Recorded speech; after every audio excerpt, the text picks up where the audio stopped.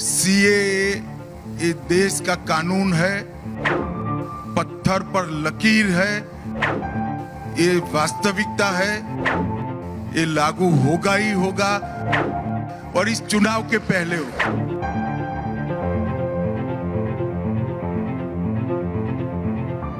Citizenship amendment act यानी CAA सोमवार 11 मार्च 2024 से भारत में लागू हो गया।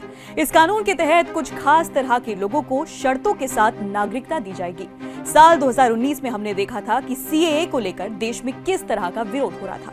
जरा फ्लैशबैक में जाइए।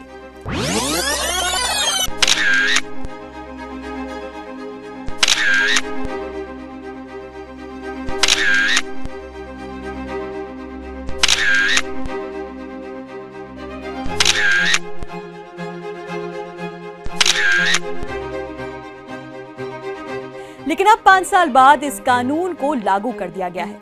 पिछली बार दिल्ली विरोध का केंद्र था, इस बार यहां सिक्योरिटी बढ़ा दी गई है।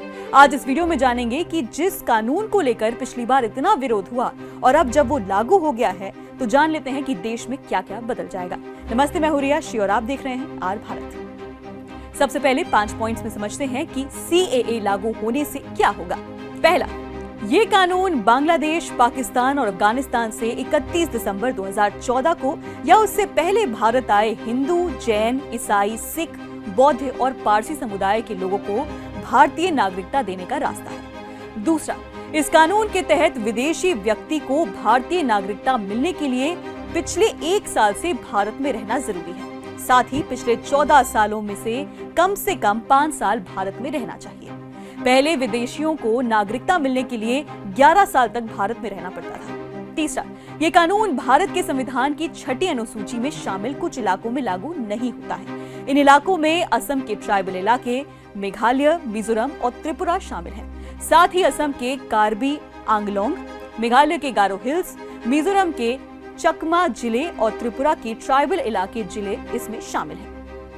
चौथा, इस कानून के लागू होने के बाद दूसरे देश से आए मुस्लिम समुदाय के लोगों को इस कानून के तहत नागरिकता नहीं दी जाएगी।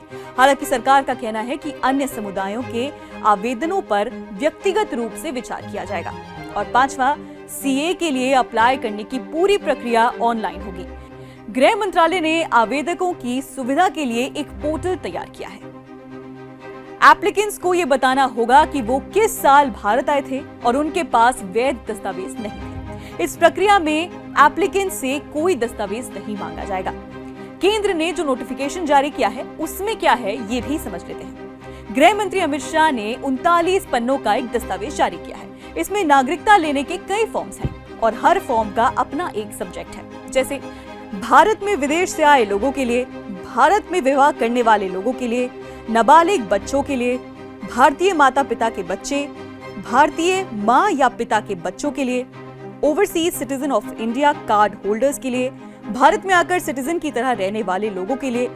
इसके अलावा दस्तावेज में 3 तरह के सर्टिफिकेट्स का भी जिक्र है, जिसमें से प्रमुख टॉपिक्स हैं certificate of registration, certificate of naturalisation, योग्यता सर्टिफिकेट। सीए कानून में नागरिकता का आवेदन करने वालों को बताना होगा कि क्या उसने पहले कभी भारत की नागरिकता छोड़ी थी, क्या पहले कभी भारत की नागरिकता का आवेदन किया था, या क्या पहले कभी नागरिकता की एप्लीकेशन रिजेक्ट की गई है। नागरिकता की अर्जी देने वाले को घोषणा करनी होगी कि वो भारत को स्थायी घर बनाकर रहेगा। अब सवाल है कि इससे क्या क्या बदला। सीए लागू होने के बाद शरणार्थी आवेदकों को ऑनलाइन पोर्टल पर भारत की नागरिकता के लिए आवेदन करना होगा। भारत की नागरिकता के लिए रजिस्ट्रेशन कराना जरूरी होगा। रजिस्ट्रेशन के बाद सरकार आवेदकों की जांच पड़ताल करेगी। नियमों के मुताबिक सब कुछ ठीक रहा तो आवेदक को भारतीय नागरिकता दे दी जाएगी। पहले नागरिकता लेने के लिए 11 साल रहना भारत में जरूरी था।